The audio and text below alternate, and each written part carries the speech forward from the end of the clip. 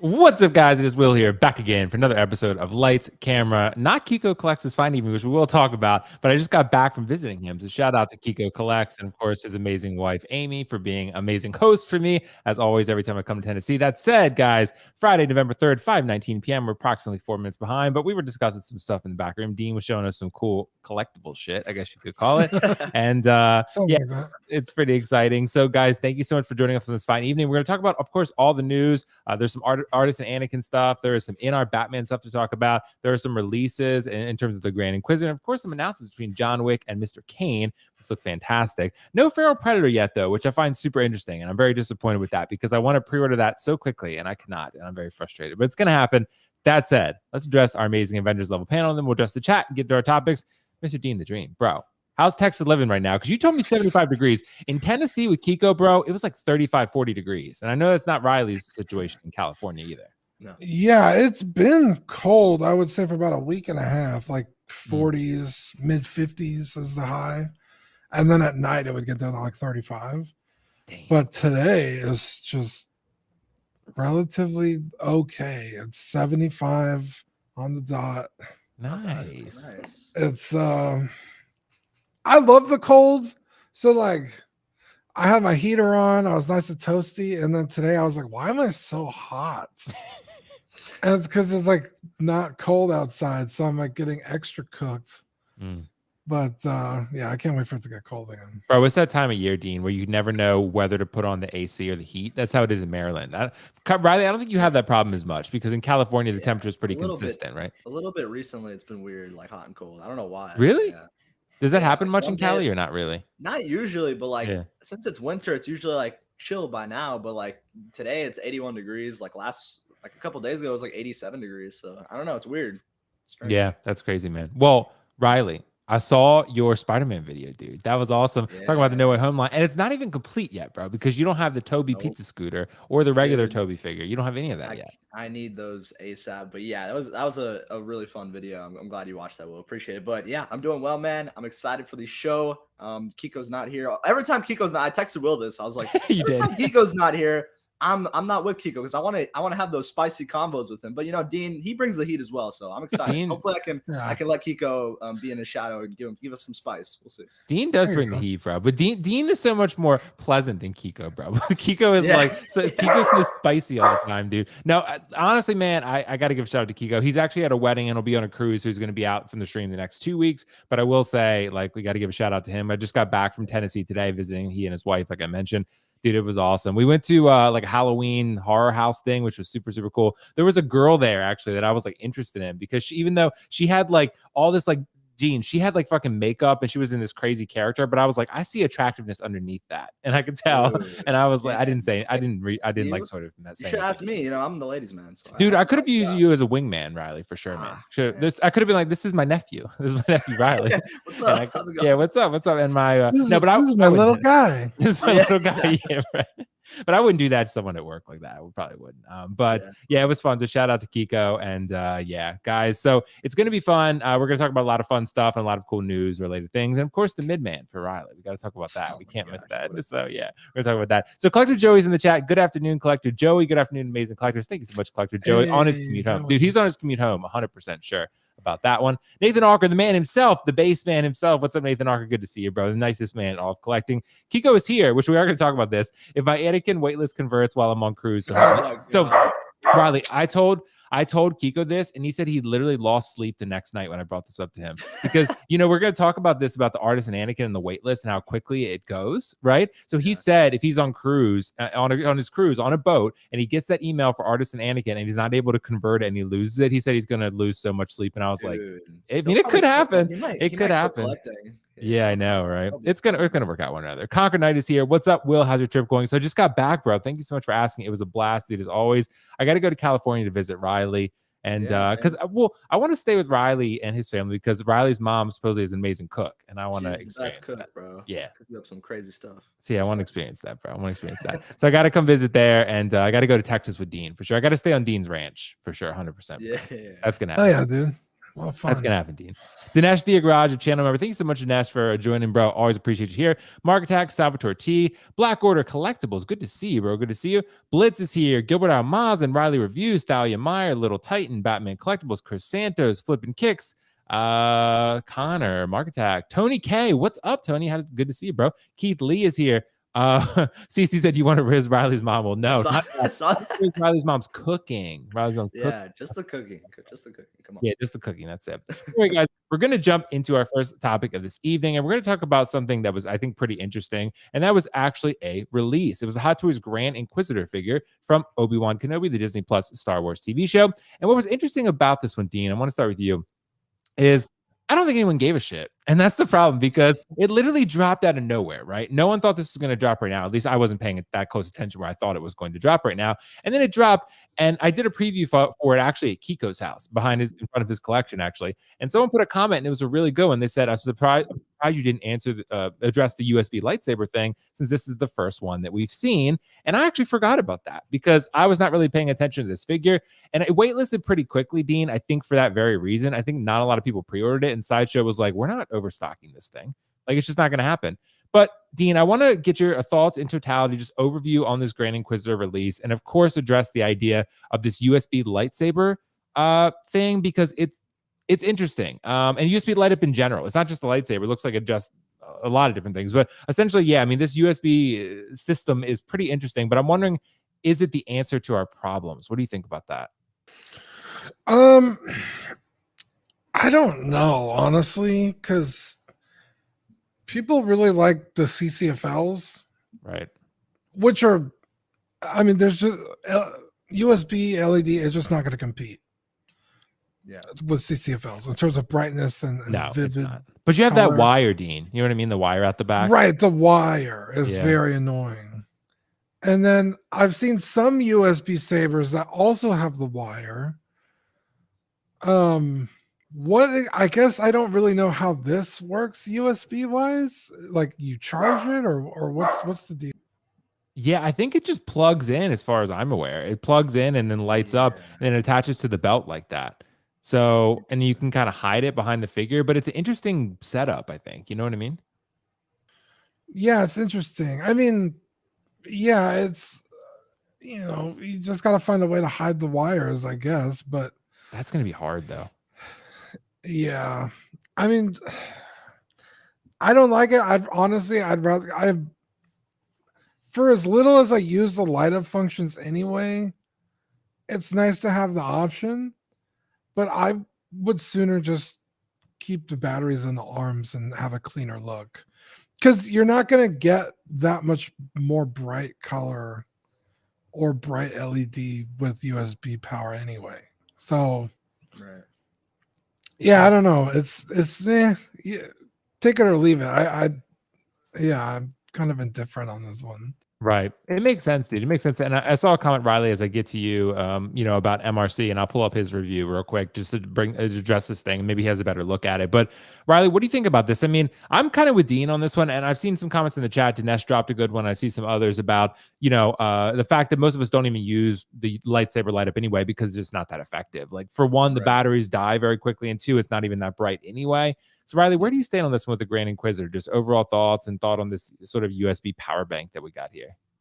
I mean, honestly, I feel like personally with the USB with the lightsabers, I'm not as much a fan as well. I think I'm more so just on the side of I'd rather just not have it entirely, because if the USB like was a strong lightsaber, then yes, like it would be worth it. But the fact that it's the same as the original that the LED little button cells were, like I just feel like it's kind of useless. It's ineffective, because yeah, it's great that you're able to keep it on for a while, but the main issue I had was that the light just didn't look good. Like, because it would always the base of it would look good, it'd be lit up, but then when you get further into the saber and the end of it, it just doesn't glow that well. So I don't know. It's cool that they included it. It's definitely, obviously, like, it's an upgrade, but for me, I would just still never use it. Like, it's not useful to me. But the chest being lit up, that's cool. I like that. Yeah. But The actual Yeah. like lightsaber itself, no, I'm not a fan. I've actually have the CFL sabers that you guys were mentioning there. They're really good. I like those. And another issue is that just having to deal with all these wires, like I wish there's something bigger or better they can do, more effective than just having these wires. Because if we have all these figures and they're all just gonna have USB wires, it's gonna kind of get cluttered with all these wires and having to deal with power, finding a power source for them. I know people mentioned you can plug it into like a power bank. That's a good idea. But when you have like a whole line of these figures, it might not look as good unless you can hide it very well. So I feel like if there was a way where you can plug it in, charge it, and then plug it out, and then have it just on for a while, I think that's the best solution. But I don't know if they can figure that out in the future. But yeah, for me, I don't really think this is the answer. I'm on the other side. I think they should do something else. Well, that's what I'm wondering, Riley, because, it's different setup because these are 1/6 scale lightsabers, so they're very small, right? But, I have, and I'm sure you've seen them, I have, lights that I use in my acrylic cases. They're wireless. So you charge them exactly like you described. You charge it, and then you can just turn them on and off with a remote. I think that would be really great if the technology was there to be done in something as small as a lightsaber. So I don't know how small the batteries are in these lightsabers with the USB. Maybe it's really, really small. Who knows?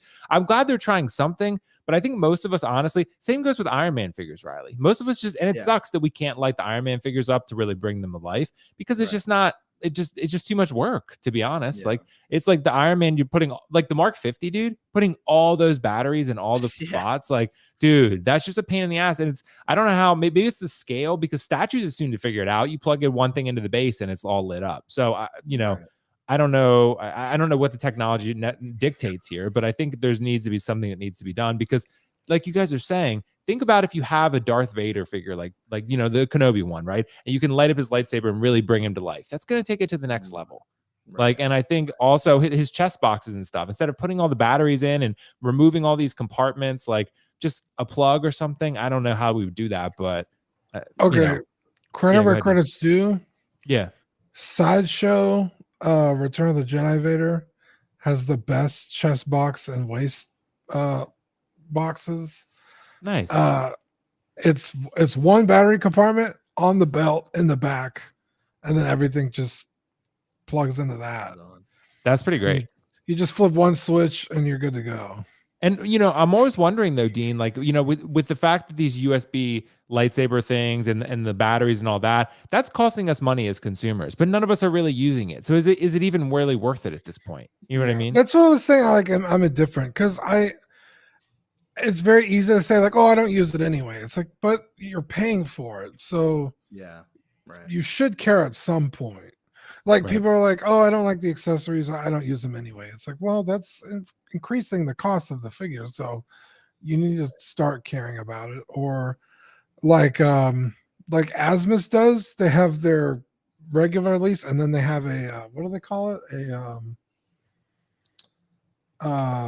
Like a slim version of the figure where it doesn't come with all the shit. It's just like I forget the name of it, what they call that, but if Hot Toys did something like that, that'd be cool. Yeah.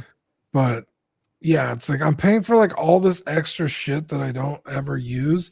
But to be fair, the Hong Kong prices of these figures are not bad. No, they're not. Sideshow marks up 25%. Yeah. Yeah. So it's like sometimes these figures are sub 200 still. Yeah.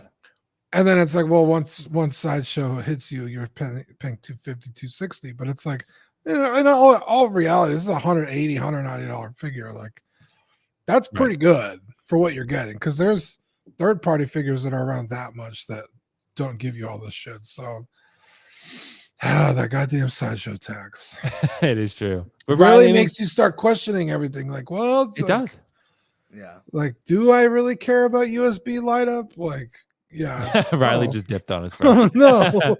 Everyone dips on. Remember that happened to me once a couple weeks ago, Dean. I don't think you were on. It was Josh and Kiko, and I just accidentally dipped, and it was just them running the show for like 2 minutes. So, but yeah, it's so easy to click the back button, and then you just disappear. But yeah, man, I'm with you. I think overall the USB. I'm happy that they're trying something new. So I'm happy to see this one through and see where it goes and see how it ends up shaking out. But for me, I don't know this is going to be a huge improvement. Maybe that we were hoping it would be. I don't think we were expecting a massive improvement, but we were hoping for one. And I think this is probably going to end up being somewhere in between where it's not exactly as exciting or innovative as we hoped it would be.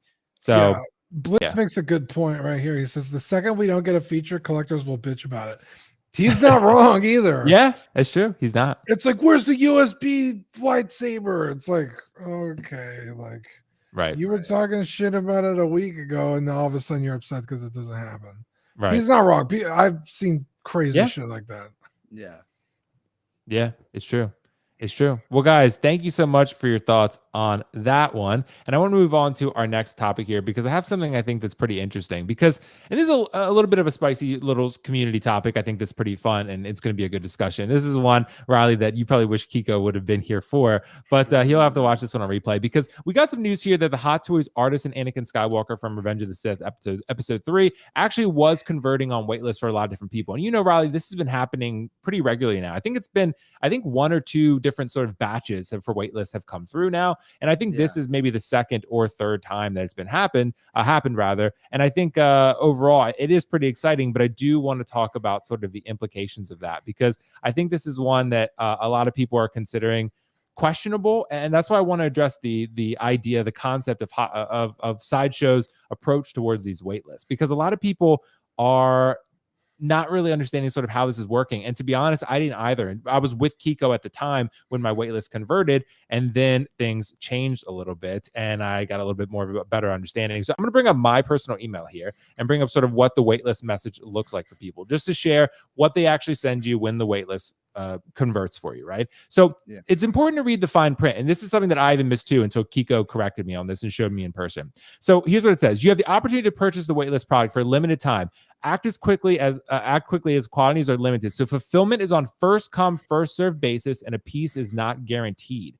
Make sure to log in. So you have 24 hours. They give you 24 hours, right? But that's not really how it works, because if you read the fine print, a piece is first come, first served. So I was thinking, and I think a lot of collectors were under the misconception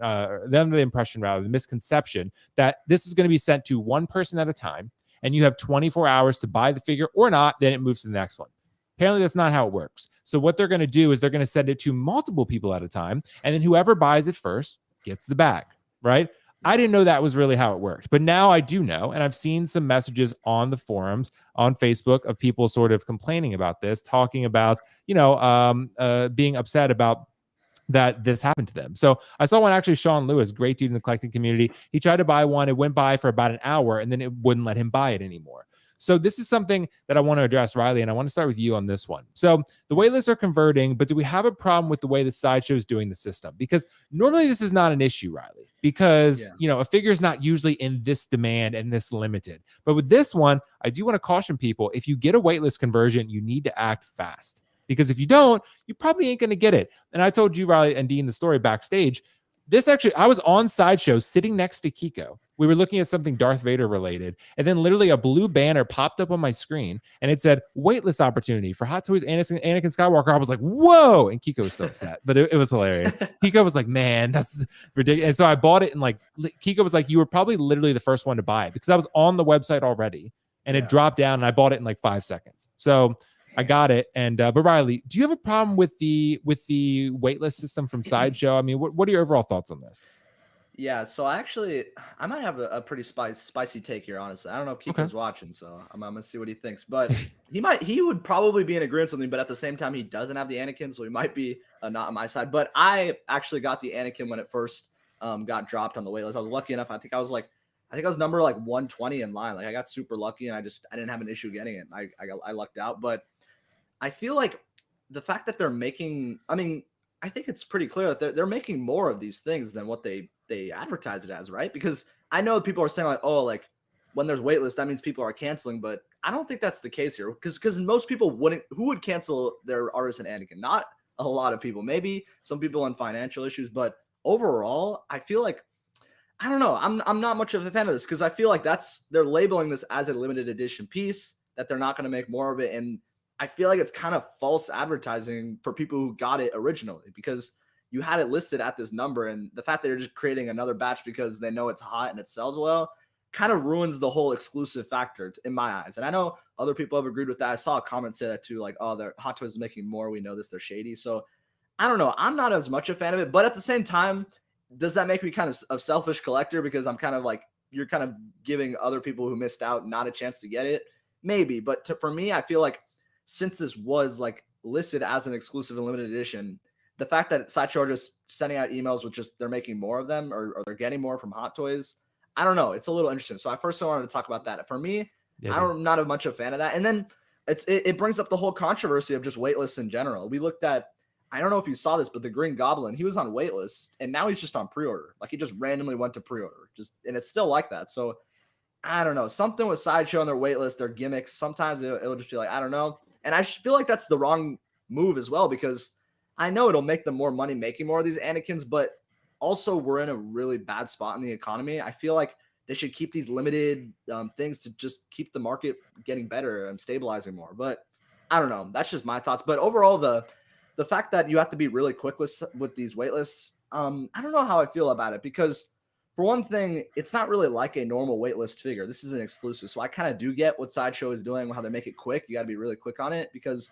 you really weren't even supposed to get another batch of this thing. And now we got another chance. So I get that. But at the same time, people like have jobs, they have stuff to do. So I understand why people are upset, because if you just caught the email 2 hours late, you're screwed. You're out of luck. So that kind of sucks. I do feel for people. There's a lot of posts I saw on Instagram of like people like, oh my God, I can't believe it. Like I just missed out. It says it's unable to order. So I do feel bad for those collectors, but yeah, at the same time, it is an exclusive limited edition piece. So I'm a little indifferent, I'd say, but I'd more so, I don't know. I'd rather just them have the exclusive version and then just move on from it. I'm not much of a fan of them getting more batches, but maybe I'm wrong about that. I don't know, but that's just my take of it. Right. And that's why, so Kiko and I had this conversation in person in Tennessee, Riley. And so I thought it was really interesting and really fascinating, because I was thinking the same thing at first. I was like, well, who would really be canceling this right now? Like, I will say though, out of the 3,000 or 4,000 or whatever of these they made, I think it was 3,000 they were advertising, at least on Sideshow, that Sideshow was carrying. Right. So I think people could have reservations about going through with it, just because a lot of people probably did impulse buy on this one. I think probably a lot of people did. So I was live streaming it. I know some people were even commenting saying like I wasn't even really planning on buying it, and they did because they were just like, oh, this is fun, right? So I think there are some people like that definitely maybe considering, maybe they'll get the episode 2 Anakin, or they'll wait for maybe an Ahsoka version or something like that, and maybe they did cancel it. Kiko brought up a really good point. He doesn't believe, I don't want to speak for him, but he doesn't believe, from what I understand, that Hot Toys is producing more under the table like that, because if people were to find out, people would never trust them again. So it's kind of a risky thing, but how would we find out is the question, right? How would we really know? Are you going to line up 4,000 people in one place and be like, let's count them? I mean, so I do know one thing about that. I don't know if I'm sorry to interrupt, but I was going to let you know that I know Hot Toys. I don't know if you saw that, but it was for one of their limited exclusive. I don't know if it was in Hong Kong or China. Maybe the chat knows as well. But I remember they actually made a post after saying that they were going to make more. Like they're going to make, I think it was like 300. I think it was Joker, wasn't it? Or one of them like that. Oh, was it? I thought it was Anakin, because I know people were like, oh, like maybe, but Hot Toys did make a post saying like we are making more. So they were pretty transparent about that. Exactly. And I know Seyful said they're not numbering these figures, but aren't they? They are numbering it, right? Like it's a limited edition, like numbered piece, unless I'm wrong about that. It's like not numbered for this one. So for the Anakin, it's not numbered. It's not. These artisan figures are not numbered, but they will be limited edition. So they're saying an edition size of 4,000, but they're, as far as I'm aware, from what I've been told, they're not numbered. So how would you really know, right? How would you know there's 4,000, because they're not numbered? Because it'd be a lot easier if they were numbered, and then someone online said, I have number 31. Like, oh shit, I have number 31 too. Then you'd be able to tell like something's wrong here. But that's true. But I don't think they're numbered. I think I'm still on the other side though. I disagree with Kiko. I think they are making more personally, because I think they just know it's like people were like insanely interested in this figure. I think Sideshow maybe just told them like, maybe can we get like 300 more, and then they just shot a wait list out for people. That's what I think. Right. It is numbered insofar as like, there's 3,000 of them, but but it's not like each one's going to have a number on the base like a statue. It's not going to be like that. So, but Dean, I want to let you hop in on this one. I mean, do we have a problem overall with the Sideshow waitlist system and them sending out emails to multiple people at a time? You got to kind of pay attention with these artisan figures. How are we open are we the idea to that Hot Toys is producing more of these figures? What do you think overall? Yeah, man, there's a whole can of worms. I think I said it like 2 weeks ago or last week that if they got caught doing that, at least in the American market, right, that would be like a suicide. That's what I think. So, But no, yeah, I mean, nothing's stopping them from making more, outside of the US market, right? It's 3,000 for y'all, but we can make however many we want for the Asian market. And then those collectors can then, or the American collectors can then turn and buy from, the Tim Cents of the world or whoever. But in terms of the wait list converting, I mean, we all know fucking Sideshow does that shit. We've proven it like a dozen times where it's like, this figure's low stock. Oh, it's waitlisted. And then a month later, all of a sudden, everybody's waitlist converts and the figure's just in stock for a year and a half. Right. They do it all the time. And then they go on their streams and they're like, we don't do that. If it says it's low stock, it's low stock. No, it's not. You're fucking lying. You're getting people to FOMO pre-order shit. And I bet that's what happened with this. They sold a bunch, still had enough in reserve. And like, oh, we'll put it on waitlist. That way when people's waitlist converts, they're like, oh my God, I could finally get one. And they pre-order without even thinking about it. Right. I think that's probably the case because we've seen it time and time again. But I don't have any proof that that's what's happening. It's just kind of how right. It's perceived, allegedly. I don't want to say anything for fact. Yeah. But yeah, it's. I think you're also right, Will. I think a lot of people ordered it just for the fuck of it, and now a month or two later, they're like, I don't really want to spend $600, so I'm going to cancel my. It's probably a combination of the two. Right. If I had to bet money on it. Yeah. Well, it's tough because that's why, again, if you sort of go down the rabbit hole of how would this make sense logically for Hot Toys to do this? Because Riley, like you're saying, if they are making more, you do have the idea that it's in their benefit to do so in a sense, because they're leaving a lot of money on the table by leaving thousands of people on a wait list who want to buy it. Right. So you have thousands of people on a wait list, you're losing all that money that you could potentially get in revenue by selling it. But at the same time, what would the backlash be if you actually did make more, didn't communicate to people, and then people found out about it and felt kind of swindled? Like that would be, I think, way worse than leaving money on the table, because that's your reputation at stake and that affects your long-term business. So I don't know that they would be that stupid, but maybe Dean has a good point, I think, about the idea that maybe Sideshow sort of said, okay, we have 3,000, but they didn't sell 3,000 on that day. Yeah. Like maybe they said, okay, we're going to sell 2,500. Or 2,750 or something. And then maybe we'll hold a little bit and then get some people on the wait list, gauge interest, and then pump out some more. It could be that. And it was always 3,000 in that case, but it was just a matter of how they dispersed them. Because, I will say, you guys know this, like Anakin's super hot. We get that. But the Joker Heath Ledger is also really hot. And that one honestly stayed in stock much longer on the day of the drop than Anakin did. Anakin was like really difficult. Like that was like the hardest one for sure. I know Joker had more units from my understanding. I think it had 4,000 compared to 3,000. I get that, but still, like Joker was much easier to get through. For sure. And Wanda was even pretty straightforward. I mean, people didn't get her. I get that, but Wanda was definitely easier than Anakin too. I think Spider-Man was too. He wasn't that. Yeah, exactly. But Anakin was like a different beast altogether. And now maybe it's starting to make sense as to why. Like maybe they just held some. Like, yeah. If we start seeing the other characters convert, the Wandas, the Jokers, whoever, then I could be like, oh, that's a little weird. Right. All of a sudden, like they're all converting. Yeah. Right. It's like maybe people are canceling, but like if anyone who knows this hobby, they know that they can easily like flip this. They can easily sell it, at least for the money they even paid for. Like I feel like most people would keep it. Like they wouldn't get this rid of it if it's a limited edition, but I don't know, maybe that is true, Riley, but I guess some people don't want to put the money up front to do that. Like they don't want to put up the 475 or 500 shipped that it's going to cost you to do that. That's what I'm wondering, because is it 3,000 for the US or 3,000 worldwide? Sky is asking. I think it's 3,000 for the US. That's what I thought. Yeah, I'll have to look it up, but I think it might be 3,500 or 4,000 worldwide, something like that. But I got to check. Maybe it is 3,000 worldwide. I have to check, but I'm pretty sure that's what Sideshow's allotment. I'm not sure. Because they have it listed there 3,000. So I think Sideshow got 3,000, but there's more out there in other. Right, exactly.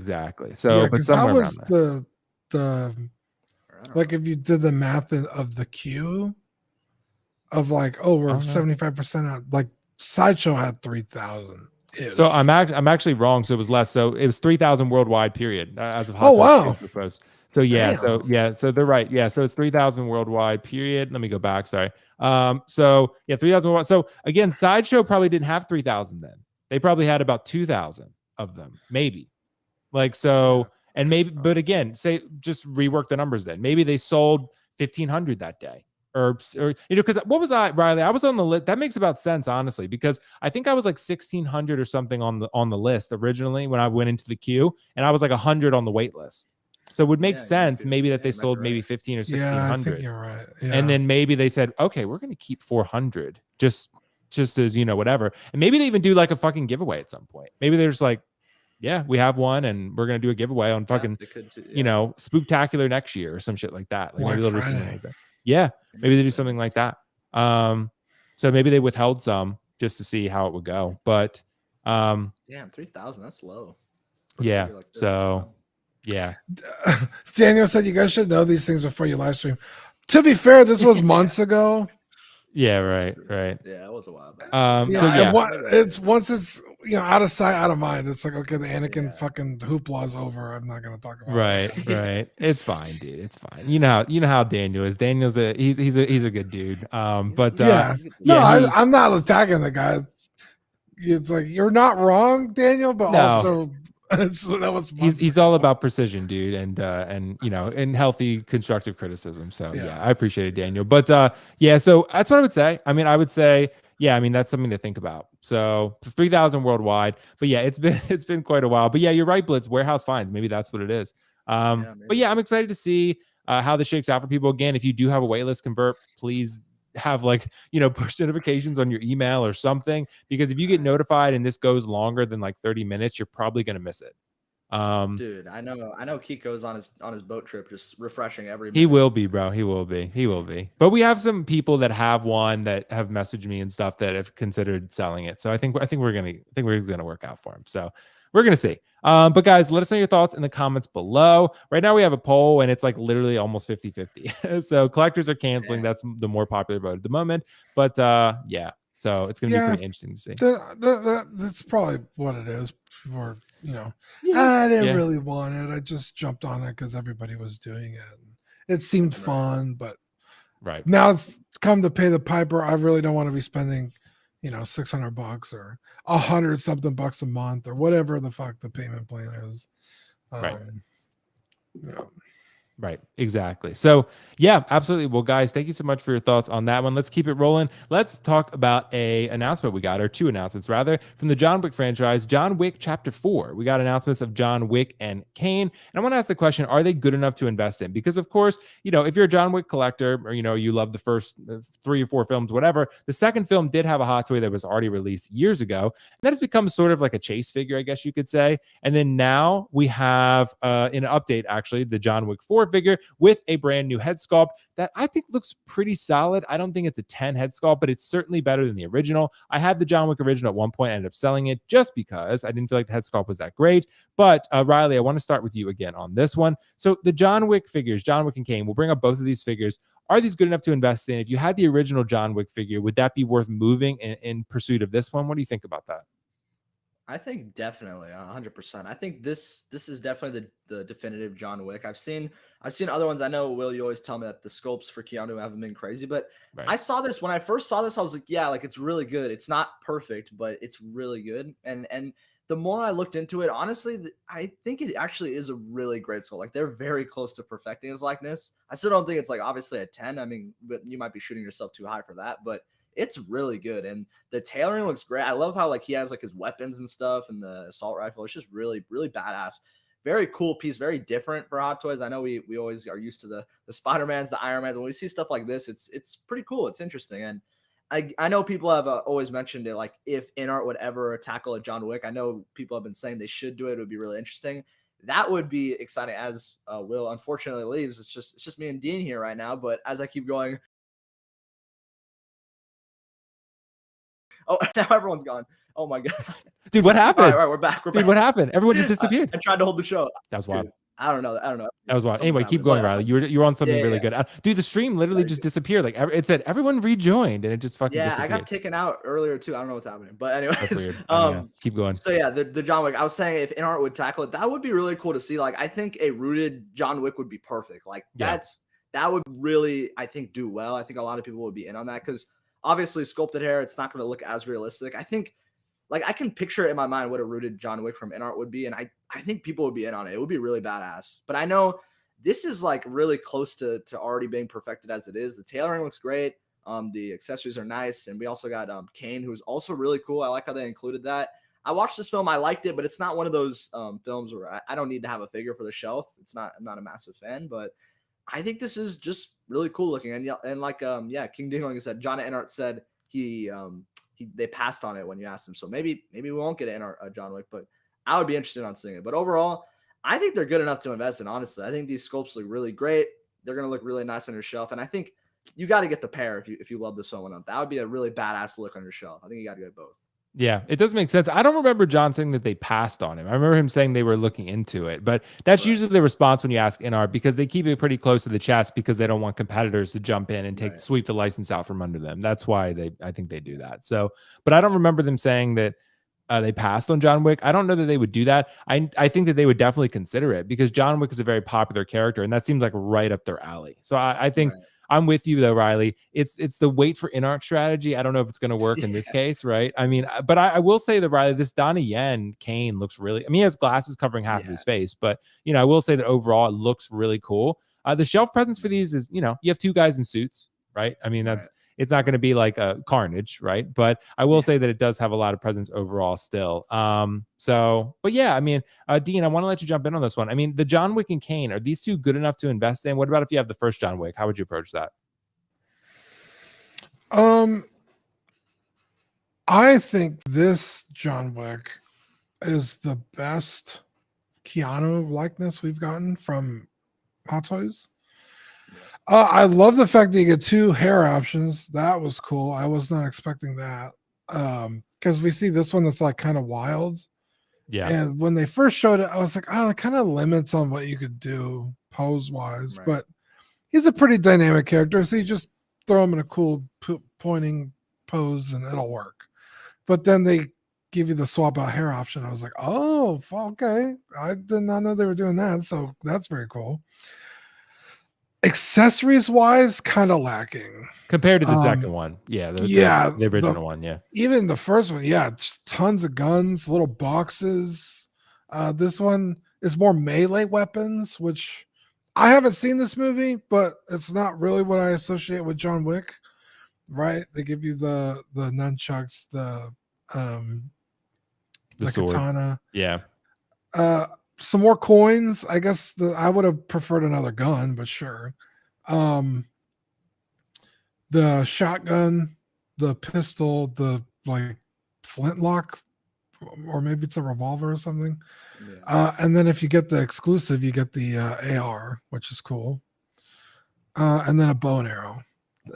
I haven't seen this movie, so I don't really know how much I like those accessories. But for John Wick, I think of a lot more guns. Right. Yeah. But this is the first time that we've gotten a villain from a Wick movie. Mm-hmm. That's pretty cool in terms of, a shelf presence. So, yeah, I think these are totally worth investing in. The Donnie Yen sculpt, incredible. Like you said, he's got glasses on, but I mean, I know exactly who that's supposed to be, I think I would upgrade my other Wick if I was gonna buy this. I wouldn't have problem like getting another John Wick. So yeah, I like it. I had a John Wick, I sold it, so I will probably pick this one up. Yeah, this one's pretty cool, man. I'm definitely going to pick this one up. Kane, I think I'm pretty sure I'm going to pick up too. It's just a matter of space for me, but at least at minimum, I'll pick them up to review them and then kind of decide from there. But I think these both look pretty great. I mean, the John Wick hair, I think is good, not perfect exactly. Like I'm looking at the hair and I'm thinking like, oh, that's pretty solid, right? But I think you're right, Riley. I think Rooted would do wonders for this guy. I don't know if Hot Toys would ever say, okay, we're gonna do an Artisan John Wick. You know, yeah, that would be pretty cool. I think that would be pretty great. I think they're, you know, going for maybe even higher heavy hitters right now, Marvel and Star Wars stuff for Artisan to start out. But I would say an InArt John Wick would be really, really cool. I'd be excited for that. I am going to pick this one up because I think this is the best John Wick license that you can pick up now. This head sculpt is certainly better than the original. It's not perfect, but it's certainly better than the original. So for me, I'm going to pick up both these guys. And Dean, you got to watch John Wick 4, bro. It's fucking sick, dude. I've been waiting for it to pop up on streaming. It should be out, shouldn't it not? I mean, it was out in theaters like a while ago. Probably, yeah. Yeah, it should be up there. It's available to purchase, but I'm just waiting for it to stream. Okay, it's great, dude. I mean, all 4 of them are fantastic, so it's hard to pick one over the others because they're all great. I probably like 4 the best. I really like 2 and 3 a lot, so I don't know, but 1 is great too. 1 has like the tightest story, but yeah, the other one. My sister's everyday carry, the gun she keeps on her waist, is John Wick's gun. Nice. Okay. H&K. It's fucking badass. Well, I actually like the suit better on this one than I do the second one. The one from the second. Yeah, I like the design, the little. Right. I think the texture on it is pretty cool. And I say the second one, not the second figure, but the second film, because they made that one from John Wick 2. So that's what I mean. But yeah, I would say that overall, he does have the nunchucks and the sword, Dean. He does fight in the film with those two, in the beginning of the film at least. So yeah, it's amazing. So I'm gonna end up getting these. Riley, are you passing on these? I'm gonna pass it, but the more you show it, it actually does look really cool. Like I feel like you can do a lot of fun poses with it. And I noticed, like, did the older figures come with so many hands? When you showed the prompt of all the stuff it comes with, I feel like he has like 100 hands. I've never seen so many hands with an announcement. It is a lot of hands for sure, though. I will say, kind of like what Dean was referencing, the one from the second film, the original John Wick Hot Toy, came with a lot more accessories. It came with a lot more weapons and guns, stuff like that. But it's just, I think that's just the nature of the film compared to the second one versus the fourth one. So, and honestly, like maybe you could find those on Toy Anxiety or eBay or whatever. You could find. Yeah, I mean, 6 scale guns. I think I said it on our show when we talked about this. It's like 6 scale guns are not impossible to find. They're not super expensive, so you could definitely kit out a whole arsenal for your John Wick figure relatively cheap. But yeah, I haven't seen this movie, so I don't know if there could be more weapons. Right. Exactly. It's true. And we got so Mark Attack said it's on Prime Video. So I guess Dean can check there. Maybe it's not, but Gina V Collecting, shout out to Gina. My sister's everyday carry is the John Wick gun. Things you never hear a Canadian say, but you would hear a Texan say it. And you have. I'm a Texan. You should see my everyday carry. I wish I could show it, dude. Demonetized. But I will say, to address Kane real quick, I mean, I think that's one figure that's maybe not being touched on as much, but it's a really good head sculpt, honestly. I think they clearly maybe updated the Donnie Yen from Chirrut Imwe and then put hair on it and made that. And that head sculpt was already a fucking banger, dude. That head sculpt was amazing. And I think they've done it justice here with Donnie Yen. And honestly, when you watch the film, Dean, Kane is sick. Kane is awesome, bro. He is really good in this film. Donnie Yen's great. So I think it would be great to have them together because I think they're going to look badass standing side by side. So I'm going to pick these up. I am going to wait for InArt as well because I'm hopeful that they will do a John Wick someday, but they're never going to do a Kane. So if you want Kane, this is it. They're not doing Kane. I have a question. Yeah. Because Fad Gadget just said, I'll wait for John Wick 9, which is a funny comment, but also begs the question, is this the last John Wick movie? Are we going to see this character again? I don't think so. I think you will see him again. Yeah. Because the movie before this was clearly like, hey, there's another movie on the way. Right. So I don't know how this movie ends. Obviously, I haven't seen it. So yeah, I won't spoil anything, but does it leave it open for a 5th film? I think it leaves it open, but I won't say any more than that. I won't say any more than that. Yeah. Because I think usually that's what I always say about like Star Wars figures, like the Hera or the Sabine. We're going to see that character again. So if I don't get this version of the figure, I'm really not that upset. So it's like, if this John Wick, is this the last one we're going to see? Can I wait for John Wick 9? That's a good question. So, but it's true, Dean. But look how smooth Kane looks, bro, with literally holding a cane and that gun in his hand. That's just a cool ass pose, bro. Is that why they call him Kane? Well, probably because he is blind. So again, he's blind again. Yeah, you gotta get a new Asian brother. That's why he wears the glasses. He's blind. He's a blind assassin, but he still kicks ass, bro. He's always playing a blind assassin, pretty much. So yeah. But guys, thank you so much for your thoughts on that one. I'm going to pick up John Wick for sure. Kane, I'm pretty sure I'm going to pick up. So yeah, definitely excited about those. We're going to get Riley. We're going to get Riley to pick those up. So I think it's going to be pretty exciting. Dean's going to get at least John Wick. So it's going to be pretty cool. Guys, let's talk about something that I know is going to be exciting for Riley. And that is InArt detailing the Midman, the Batman. They're saying we are going to update this figure and make it even better than before. So the question I really want to ask people though is, should we trust the process? Because InArt has made a lot of statements, and generally they've been pretty effective at saying like, hey, we're going to update this figure and we're going to bring it to life and make sure things are the best they possibly can be. And sometimes that results in delays. They want to make the head sculpt better, they want to make the tailoring better, and they put out a statement saying like, we don't want this to be a toy, we want this to be a high-end collectible, as lifelike as you could possibly get it. And Riley, I'll bring up their announcement, but I want to start with you. With InArt so far, I think look, when people get the Gandalf and the Pennywise in hand, they're going to see it's amazing. Both of them are amazing. The Joker turned out great as well. So they're 3 for 3 right now. Let's be real. Like all biases aside, 3 for 3. That is what they are. Like, I think as far as the quality of the figures they've released and sort of the expectation that people had in getting them, yes, there have been some things here and there, right? The magnets and the bases. Sure, they're working on that, Riley, which they said. So, which we'll talk about. But Riley, what are your thoughts? Should we trust the process with InArt with delaying the Batman and, overall the adjustments and sort of improvements being made? Where do you land on that?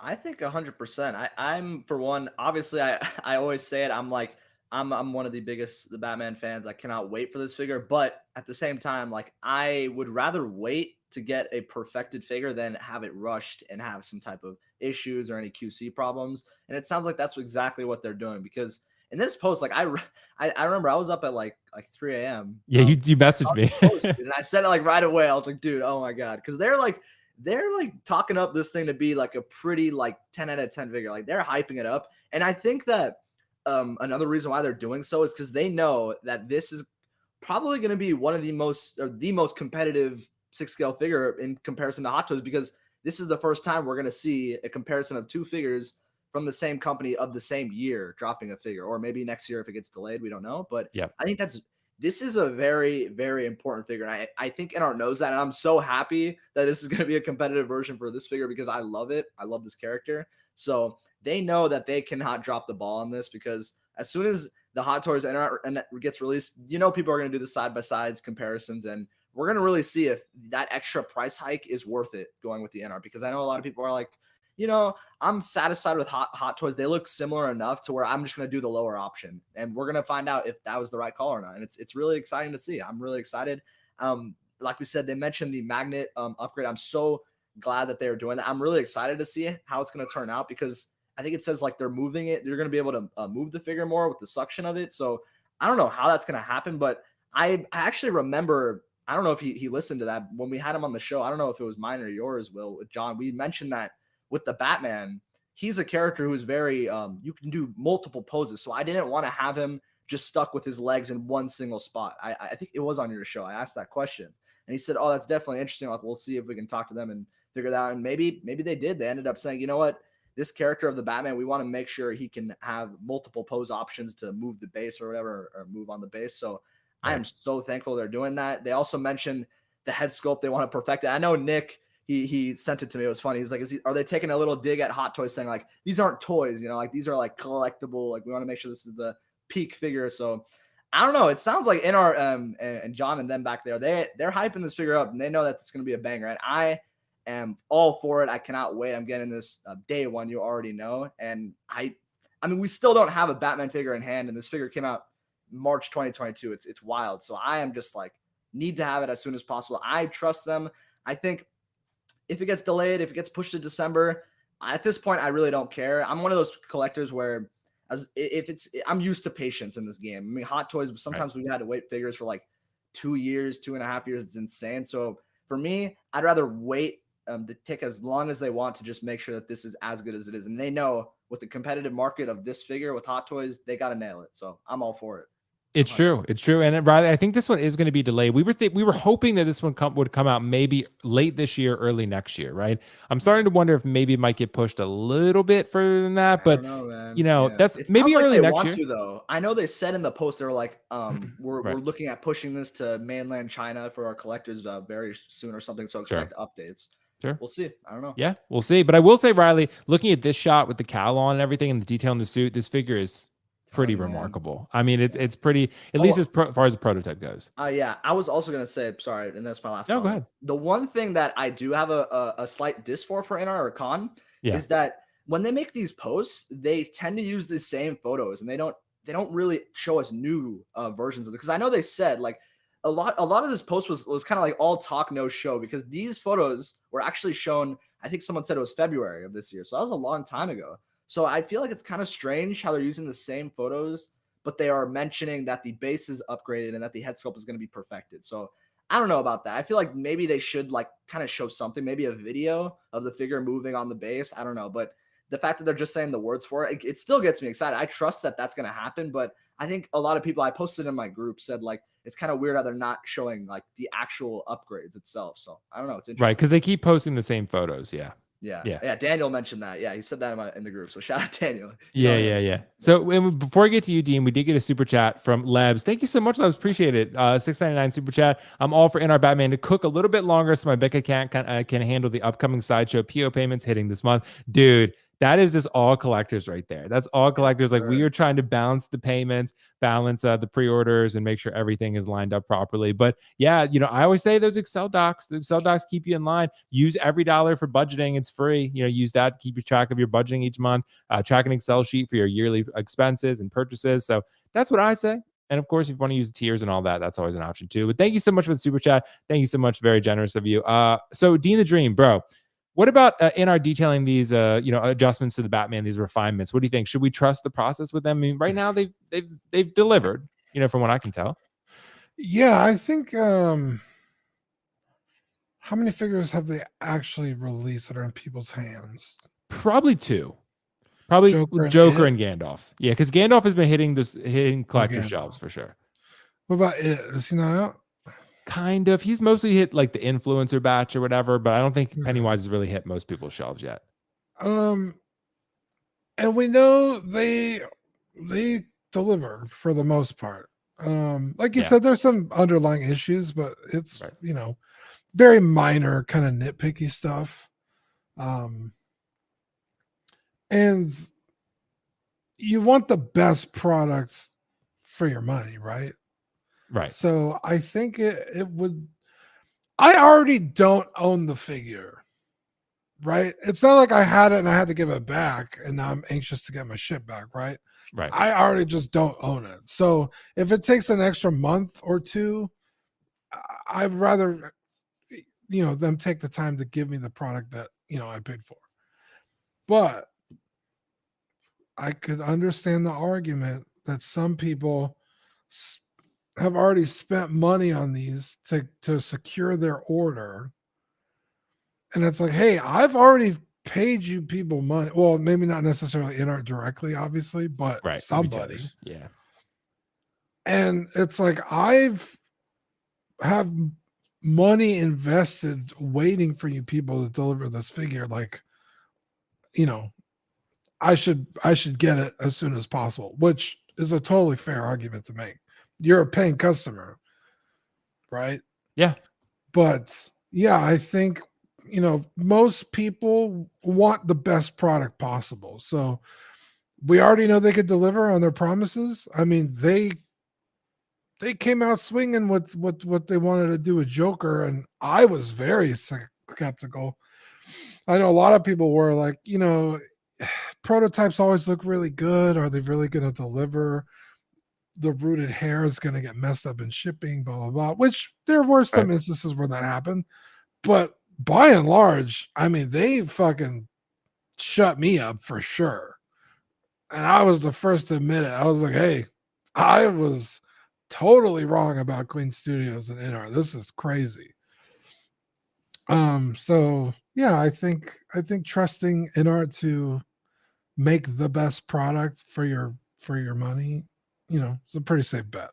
Yeah, I think so. I mean, I think so far, look, it's been really 2 figures, like you said, Dean, that have been released to the public and that have been accessible. Of course, they're doing batches, and I saw Kit put out a post recently about the Gandalf thing with the batches and stuff, which was pretty funny. Did you see that, Dean, about that?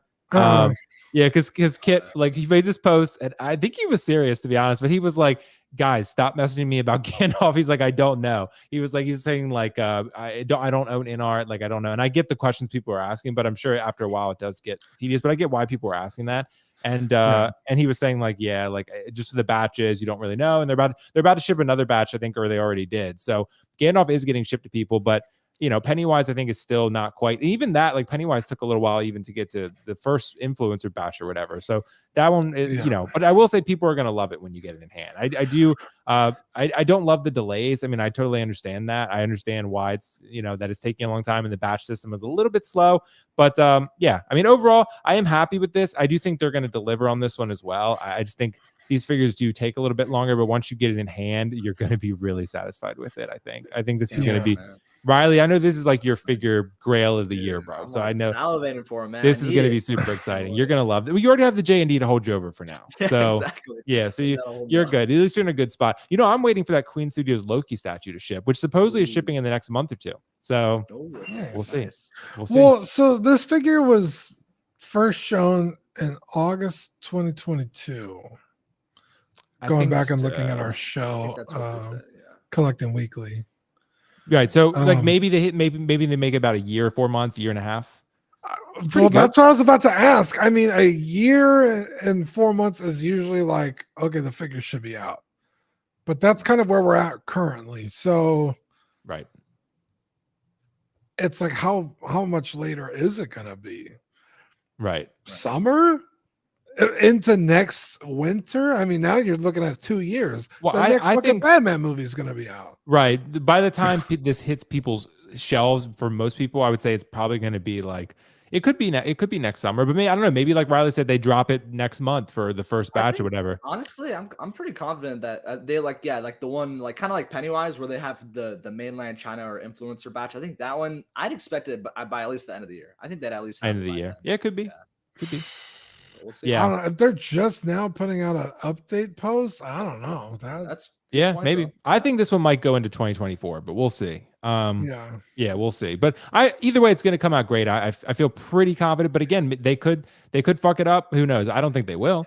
But I think. I mean, to be fair, Hot Toys hasn't come out with theirs either. So that's true. Exactly. That's true. I do think there, like we've talked about though, just to end this topic, I do think there are some slight little consumer refinements that they can make to make the process a little bit easier. Like I talked about with Pennywise, why is the neck not already attached? Where they showed the video where you have to take his top off of him, put the neck on, put the top back on. Like, why is it that difficult? Like like the necks are the same for both of them. Like, why is the neck not already on there? And then you could just plop the head on and you don't have to do all that work. It's small stuff like that that I think InArt is going to work out.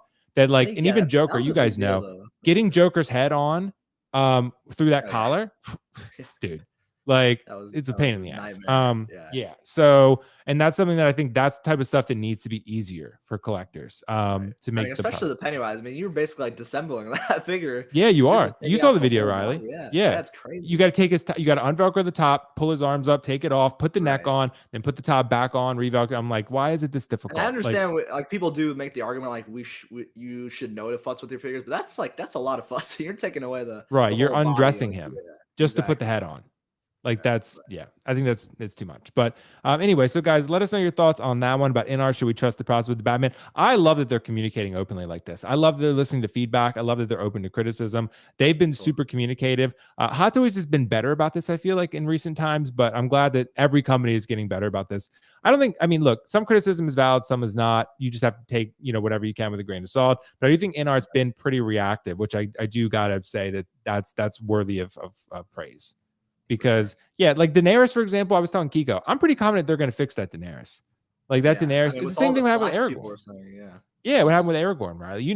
Like the first Aragorn that dropped, everyone was like, ooh, and then everyone was like panicking, and then they dropped the new Aragorn, and everyone's like, oh shit. Like, so I think when they drop the new Daenerys, I think that's going to be the same thing. Right. So we'll see. But guys, thank you so much for your thoughts on that one. And we got some other stuff to talk about. And I want to bring up something. This is going to be an interesting one, which might be a quick topic, but I think some people in the chat are going to care about this. So Sideshow Collectibles announced a 1/6 scale Pennywise from the 1990 miniseries of the Tim Curry version, which, Riley, people have been asking for this for years, bro. Yeah. Because, you know, Pennywise is a horror icon, in my opinion. I mean, you know, I think he's certainly one of the most iconic, recognizable horror characters ever. So that is something that people have really clamored for. And the 90s Pennywise for sure is campy, right? But Tim Curry killed it. The performance is phenomenal, but it's just the film, a little campy, a little dated, but it's still a great fun time, right? Scary time, whatever. So people have been asking for a Tim Curry Pennywise for forever. NECA has made one, other companies have made one, but now we're going to get a 6-scale one. But do we trust Sideshow, Riley? Should we be optimistic about this Pennywise? Because this is not really a full likeness. It's like makeup and, you know, like, what do you think? But with the body and stuff, Riley, what do you think? How should we trust Sideshow here? It's a little conflicting. I think that Sideshow with their figures, it's always controversial. Like sometimes they'll have like that rare, like amazing figure, but for the most part, they do turn out to be like kind of duds. But I do know Sideshow, they price their figures high. A lot of their 6-scale figures are no slouch to Hot Toys. I mean, I think we were talking about the Cad Bane, like that was I think like 280 or 270, which is like that's a big ask for a Sideshow figure. I know a lot of people talk flack about their bodies, etc. I'm interested to see it. I'm not actually like a big I actually haven't even seen the movie, the 1998. Maybe I should check it out. I'm a new one's better. I'm gonna throw it out there. The new one's better. The new one, I do love the new one. I like the new one. Yeah, I watched that one. But yeah, this is interesting. I think it would be kind of cool to have this, like the opportunity to have a figure and to see it would be interesting, because to pair this with the new Hot Toys one, that'd be kind of cool. Like to do like kind of show like the older version and then the new one. That would be kind of interesting. But for me, it's not for me. I think collectors sometimes, I feel like with their horror figures, they do a pretty decent job at them. I've seen like their other options. They're not too bad. I think they look good, like the paint, etc. I don't know how the bodies are. I can't speak for that. Maybe they're not as great, but I think, I don't know. I'm interested to see. I know a lot of people were interested. They're like, oh, like I'm really excited to see this. I think it would have been cool if they dropped this like on Halloween. I think that'd be a perfect time, but who knows what they're doing, man. I'm excited to see it. Definitely not for me though. It's not for me. Yeah, I get that. And I'm going to be interested to see it too. I'm going to be definitely curious to pick this one up, but I guess we'll find out and see. But I do have a lot of Pennywise right now. I'm going to have 2 InArts eventually. I have 1 InArt now. I'm waiting on my second one. I got one from I think it was Spec a while back, but yeah, so I got that. And of course I got the half scale Riley. So that's the difference. That's the Bill Skarsgård Pennywise, not the Tim Curry one. But Dean, what do you think about this? I mean, have you seen the miniseries, the Tim Curry version from the 90s? Okay.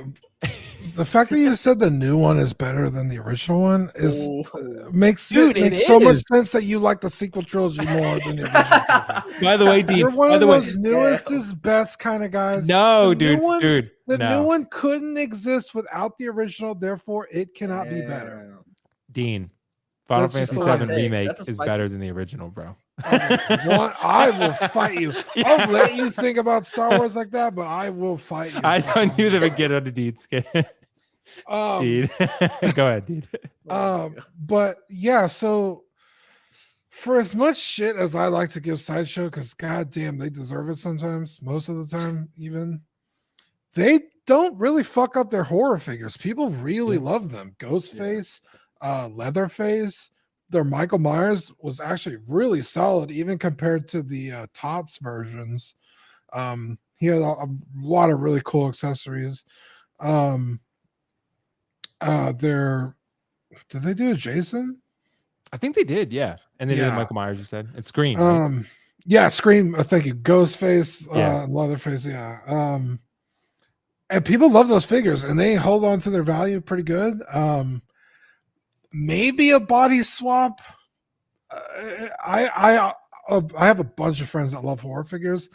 I don't think I've ever really heard them doing body swaps on the Sideshow ones, but I guess it's possible. So yeah, I think if anyone's going to tackle this figure, Sideshow, probably better, or not better, but good a choice as anybody, right? And if they're doing the original one, that's fucking cool. That's that's kind of when people think of Pennywise, that's who they think of. They think of Tim Curry, because most collectors are around our age, a little older. That's true. So I know, Riley, you're kind of a young kid. I was gonna say not me. Yeah, not me. Riley's a youngin', bro. That's why he's doing well on TikTok. He's got that young brain, dude. Yeah, he's like, yo, this is my Hot Toys collection. Yeah, exactly, bro. Exactly, bro. That's exactly what he does, Dean. Yeah. That's what the kids do. You dance in front of your Hot Toys collection. This would cost me $250. Yeah, so Riley, bro, you need to fucking do that. Dean's a genius, bro. Dean just came with an excellent idea. Oh my god, dude, that is so funny. That is fucking hilarious, dude. That's what poor kids Riley. do, I'm not hating on you, Riley. No printer though. No, That's no. what they do, Dean. No That printer. would get millions of views. It's a good idea. It'd probably work. Yeah, it would. So yeah, I think you should be optimistic. Maybe cautiously optimistic, but optimistic nonetheless. But Riley is not wrong, man. They priced their figures fucking high. In fact, we were just talking about their new William money figure from the movie Unforgiven. It's a cowboy movie with Clint Eastwood. And it's like $290. Damn. And it's like, I love that movie. And I'm looking at the figure. It's like, damn, that's an incredible looking figure. And their other Clint Eastwood figures have been amazing. They're Dirty Harry and they're Blondie or The Good, the Bad, and the Ugly. The Man with No Name. So it's like, I know that figure's, again, optimistically, that figure is going to be really good considering what we've seen them do before. But $290, right? No, absolutely not. I don't love them. I don't even think I like Luke Skywalker that much to be spending $290 on a, it's like, god damn, like, and that's before shipping and tax. Right. I'm feeling this one might be higher price, like maybe we don't have the accessories yet, but maybe $275. But if it comes with multiple head sculpts, Dean, which is very probable. Right. Teeth version, regular version, whatever. Like it's probably going to come with multiple heads, and it's probably going to be like $275 or higher. Yeah, I think, and we always have exceptions to the rules, right? $290. That might be like nothing. If that's like your favorite character, your favorite rendition, right. Tim Curry's your fucking guy. Let's just say it is $290. That could be like, yeah, I'll spend whatever it is, right? Well, we have those characters, Cloud Stripe. Like, yeah, dude, 100%. I'll pay just about anything to have a good Cloud Stripe in the collection. That's true.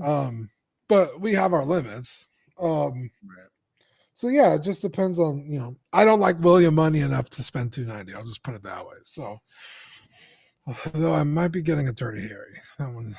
They also made what's it called? Big Lebowski. They made Big Lebowski. Remember him? So. Yeah, and I love Big Lebowski, but I don't love him as much as they're charging for him. You know what I mean? Well, one that I was hoping they would make, because they're kind of making these sort of popular offshoot franchise things. I was hoping they would make Napoleon Dynamite. I thought that would be really cool, like something like that. That's a smart idea, right? Niche characters that no one. It's like, bro, let Hot Toys and InArt stick to DC, Marvel, and Star Wars. Make the Big Lebowskis of the world. I have always wanted figures from Scott Pilgrim. That would be cool. I love that movie. That'd be cool. Chris Evans in that, dude. That's hilarious. Yeah. Yeah. He plays the vegan guy, right? Isn't he the vegan one? No, Chris Evans is the movie star. Yeah, the movie star with the skateboard and shit. Yeah. The vegan is the guy who was Superman. Yeah. So. Yeah, but still, I'm excited about this. I mean, I'll probably end up picking up the figure at least for review and see how it goes. But I mean, you can see the Pennywise right up there. So I mean, and I'm probably gonna have a second one. That's even questionable at this point. So yeah, I'm gonna have way too much. Then if I bring anyone over here, any woman's gonna be like, "Why do you have so many clowns in your collection?" Like, should I be concerned? Like that's especially considering I have a half scale, and that's like my grail, dude. The half scale prime one is like true. I will say though.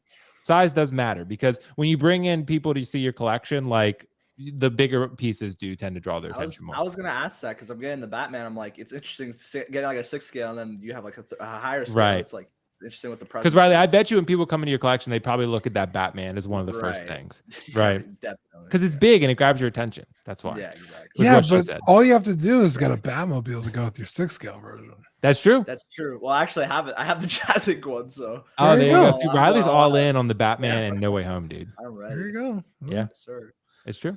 Well, guys, thank you so much for your thoughts on that one. Let's keep it rolling. We actually have a quick statue discussion. I saw someone dropped a comment. I think it was Threezero. So shout out to you, Threezero. I think that's who it was, asking about the Indiana Jones, which we are going to talk about right now. So J&D Studios announces an Indiana Jones statue, and there is a 2-pack with a Sean Connery as well. And that's something that I wanted to bring up real quick because the J&D prices are high, right? But you know what you're getting. And Riley, I've not owned a J&D. You have now. You have one right behind you in your display. And I know you were kind of going back and forth for a little while, but I know you felt really satisfied that you kept it. So your experience has been positive. I've heard some sort of experiences here or there on the groups and Facebook and Reddit and stuff like that, of where maybe J&D collectors get something broken and maybe getting replacements is difficult, and it just kind of depends a little bit.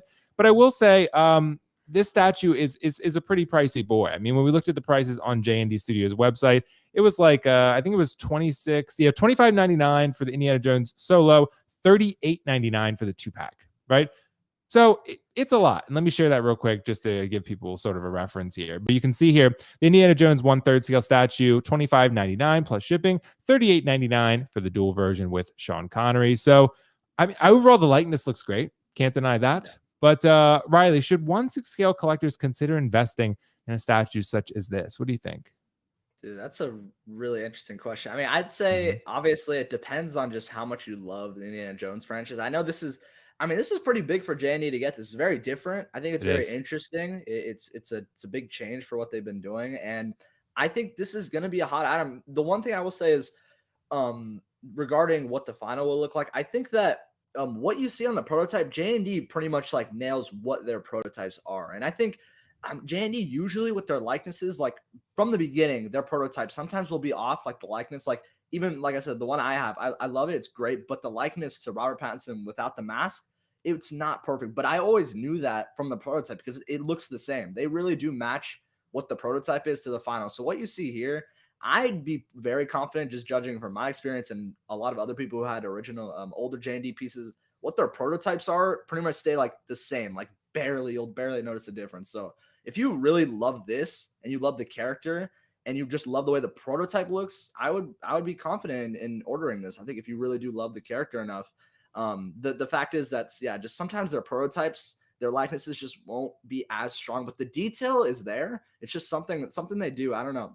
They have some offness on the likeness. Just my personal take. I don't know how others feel, but I'd say, if you love this enough, it looks amazing. It's a different beast of a price though. I mean, we're talking 6 scale to 3rd scale. It's a juice price. I mean, we look at Prime 1. I think they're usually 3rd scales are like, you're used to seeing 3rd scales like I think 2,000, 1,700, something around that range. But like J&D, they claim that they are like obviously the premium, like the I guess you could say the InArt of 3rd scale. Like they classify themselves as that, like premium brand. So they're gonna give you a premium price. And I think it looks great. I'm curious. Can you are the hats like fixed on? Can you take them off, or I don't even know? I think you probably could take this off. I'm not sure. I'll pull up the video and see. I know but they say like they have rooted hair, so I wonder if you could take it off and see it. I don't know, but I didn't really look too much into it. But like I said, if you love the franchise and you're fine with the price you're paying, detail wise, there you go. There you go. You're facing like a whole other beast when it comes to detail, and that is no slouch. The only concern I have with J&D is with their likenesses, but this one from the prototype, I already think it's great. I think it's amazing. Look at that Sean Connery, Riley. That's pretty exceptional. That looks like a human being. Exactly. That's a little that freaks me out. But it's pretty remarkable. Like I said, from the prototypes look amazing. So I think J&D really they struck the nail here. Their prototypes, as long as they stay the same, which they usually do, I would get this, man, if you love them enough. Like I said, for me, the Batman, I love them enough to pay that premium price, but it has to be like, that has to be your guy. Like, that's why you have a half scale Pennywise. Like, that's your character, your favorite character. So that's what I'd say. Don't buy it if you just like it or you enjoy the character. Like, this is not a price tag where you can just like the character. You have to absolutely like fall in love with the character and the franchise. So I think this looks absolutely insane. I mean, dude, that looks exactly like him. Dude, the Sean Connery is literally like ridiculously good. That's like a 10 out of 10. I mean, that's The Indiana Jones, I feel like Riley is very good. I would say it's like it's mostly there. It's not I wouldn't say it's absolutely perfect, but I would say it's mostly there. I would say it's like a 9 out of 10.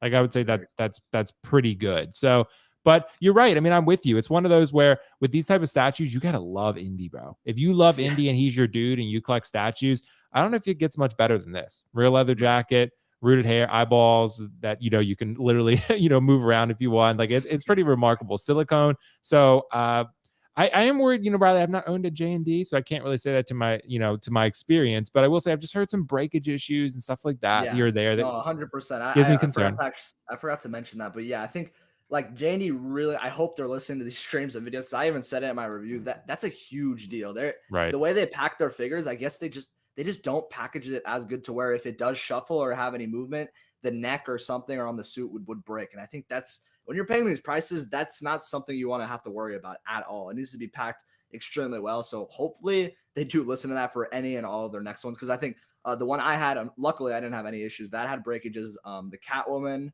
that just around the neck, it would break. And that sucks because then you have to deal with shipping it, getting a replacement like that. That's terrible, man. And Riley, I think before I get to Dean here on this one, I do think this J&D company is one that we should be paying attention to, considering they are entering 1/6 soon. Yeah. So they've said once Indiana at 1/6. Well, that's what I'm saying, Riley. They said they were going to start with an iconic character in 1/6. Maybe it's Indy. Maybe it's Indy, bro. Like that's the thing. Yeah. Maybe they said, okay, we're making Indiana Jones. That's the definition of iconic. So, like if that would be a great option to start with, because InArt's not doing Indy, the Hot Toys is, but they're doing the old Indiana Jones. So maybe somehow J&D got the 1/6 license for young Indy like this. And if that's good, that could be a real winner. But I think they're going to, that would be crazy. Because that's a market where you can totally tackle, because stuff that like no other companies are doing and you're making it that premium, that's a big market there. I think that's interesting. Sure. Right. And I think I do want people to be aware, though, the price is probably going to be premium.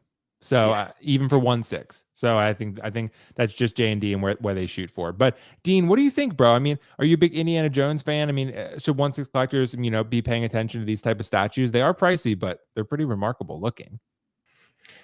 Remarkable, bro. This statue belongs in a museum. Does, bro. Yeah, I like Indiana Jones as much as the next guy. It's not my absolute like favorite franchise, right? Would pick Star Wars over this, but damn, yeah, I like Indiana Jones. I think I think Riley's right. I mean, how much was it? $3,200 for the 2-pack, or it's like 3,800, something like that. 3,800. Yeah.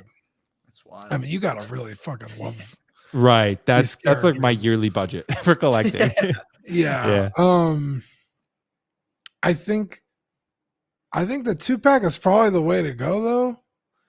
But if you just had to have like the ultimate indie on the shelf, yeah, sure, that's fine. You could get the solo one. I don't know if as a 6-scale collector, you really need to be paying attention to the statue stuff. But if J&D, like you said, if they're going to do a 6-scale figure, and this might be alluding to what they are going to do, who knows, right? They could go any direction. Then I think obviously you should pay attention because you collect 6-scale. But yeah, I don't think, as a 6-scale collector myself, I don't really pay attention to what the statue world is doing. Now everybody usually follows the same kind of trends, right? We saw Hot Toys do the old Indiana Jones, and then they reissue the young Indy. I don't think they did. I know there's present toys. And then now they're making the old one. But okay, so Hot Toys came out with the old Indy, and then now we're seeing J&D step into Indy for some reason. Right. So maybe there's something going on in terms of the licensing that everyone's jumping for it. So I guess like you could, as a 6-scale collector, kind of see what the industry is doing as a whole. Right. Like, we've said it a couple times before, where it's like third-party companies will start making like kind of like weird characters. Like we saw like the what was it? They make everything, dude. Yeah, it was almost like a figure that went with a Hot Toys that wasn't announced yet, and then it was like after like 2 months of that figure being on pre-order, Hot Toys announced like a companion figure. It's like, did these people know Hot Toys was going to do this? It's like, of course, because they probably all talked to each other like, hey, we're going to come out with this. And maybe somebody who doesn't want to be a direct competitor with Hot Toys, so they're like, well, we'll just make a companion piece and get a little money off the top, right? Because people are going to want something to go with their figure. Yeah. So it could also be the same with the statues, right? Everybody's talking to each other like, hey, this license is going to be hot. It seems kind of late because the movie already came out, but maybe there's a lot of indie hype going on right now because of the movie. So that kind of might make sense. So, right. Yeah. It makes sense. I mean, and Dinesh pointed out, so thank you so much, Dinesh, for pointing this out. The 2-pack is 4.5K on Comic Concept. So, and it's actually waitlisted already. So I don't think Josh carries much of J&D, but 4.5K for this one overseas. And again, Josh has pointed this out to me. This is not his decision to put this price. This is what J&D dictates the price to be for North American retailers. So it has to be higher. I think that's why. I think it's because they want you to buy directly through J&D. However, on this one, it's only licensed, as people mentioned in the chat, in Korea. So, that was something that was noted by J&D. But they can't sell. Like if you're in the U.S., you can't buy this one directly from J&D. You have to buy it from Comic Concept or somewhere else. So, yeah, I mean, it's a pricey set. I mean, Comic Concept's indie is waitlisted, I think, as well. But that's $3K for them. $3K just for indie. And then at that point, you're paying $45 for the 2-pack, which that's a pretty good value. I mean, at that point, I guess value, right? But, it's 4.5K for 2 1/3 scale statues, but it's a lot. But I mean, look, the prototype is pretty remarkable. I mean, they've obviously lit this and shot this pretty effectively, as they always do. Their production quality is always good, but this looks pretty good. I just hope everything is intact when it arrives to you and nothing breaks and the body doesn't fall apart or whatever. But I'm paying attention to this, Dean, just because I think for 1/6 scale, I want to see how this is going to go. Because if J&D starts shipping 1/6 scale figures and you have issues and it's hard to get replacements and this and that, our 1/6 scale community, we're a little more particular. So I would say that's going to be problematic. If that definitely more. That's why I'm following their work. Yeah. And it's just remarkable to look at. Like you said, it belongs in a museum. So. So yeah, I'm excited to see. But guys, let us know your thoughts on the J&D Indiana Jones in the comments below. And of course, we have some other topics to touch on real quick. I want to talk about this because there are a lot of. Oh wait, sorry, I have a super chat real quick. Let me apologize for that because we have a super chat we want to get to before we get to the next topic. Luis, thank you so much, bro. Luis, $4.99 super chat. Flight is about to take off, but I wanted to say hi and support the channel. Thank you so much, bro, for the super chat. Thank you for supporting. I really appreciate that. Have a safe flight. I actually just got off a flight myself today. I saw Natalie G in the chat. She's on a flight as well. So shout out to Natalie G, and hopefully you have a safe flight as well. And anyone else who's watching on a plane right now, congratulations, and hopefully you have a safe flight as well. But yeah, appreciate you, Luis, and yeah, hopefully you have a good flight and get home safely and quickly, because those flights take it out of you, bro. I mean, I've been tired today ever since I got home, just driving and flying all day. So yeah, but Southwest is pretty great. Shout out to Southwest, not a sponsor, but would love that to be the case. Threezero Vecna. Let's talk about this because we have a lot of Stranger Things fans out there. We like Threezero because, Riley, I got to tell you this. When I was in Nashville and I was at Kiko's place, he let me play with his Threezero Transformers figures because I know that I'm going to be reviewing one eventually, the Optimus Primal. I've not owned a Transformer figure from Threezero before, and I thought, I want to try this out. Kiko said, well, let's do it. Let's try one of these figures, and it's pretty remarkable, the engineering involved. That said, there are other figures. Threezero can be hit or miss. It just depends on the figure and the likeness, whatever. And the Demogorgon was pretty good. Had some issues standing, albeit pretty good figure overall. But now Threezero said we are making the iconic baddie from Stranger Things. That is Vecna. So Riley, I got to ask you, do we trust Threezero to pull this one off? Because this is a very important character for them. Stranger Things is hot, and wait till that final season drops, bro. And at that point, do we trust them to really pick up this Vecna and do it well? What do you think? Dude, I mean, I actually can't say much on like the actual figures in hand because I actually haven't owned a Threezero. But what I will say is I think most of Threezeros are pretty good work. They'll have their occasional, slip ups where they're not as good of figures. But I will say that with the Stranger Things pieces, I've seen them. I think they do a pretty good job on the Stranger Things line. I think they look good. Like I said, the Demogorgon. I think they made 11, right? And they made 11. Yep. Yeah, they all look pretty decent. So I'm interested to see. I mean, obviously, this character in the season was pretty badass. So that'll be interesting to see like all the detail on his like body. It's gonna look kind of freaky, but I'm excited to see how it'll look. But yeah, I mean, I would trust them to pull off a pretty good figure for this. I mean, it wouldn't really, I mean, you wouldn't really have to worry about with likeness really, because he's kind of just like creepy looking. Like, I don't know, there's not really a likeness there. He's just freaky. But it's I'm interested to see it. I'm not definitely not don't need the figures, but I do love the show. I really love the show. I feel like every time the new season drops, like you just got to binge it. And it's just the hype is pretty high when these seasons come out for these shows. So yeah, I'm excited to see it.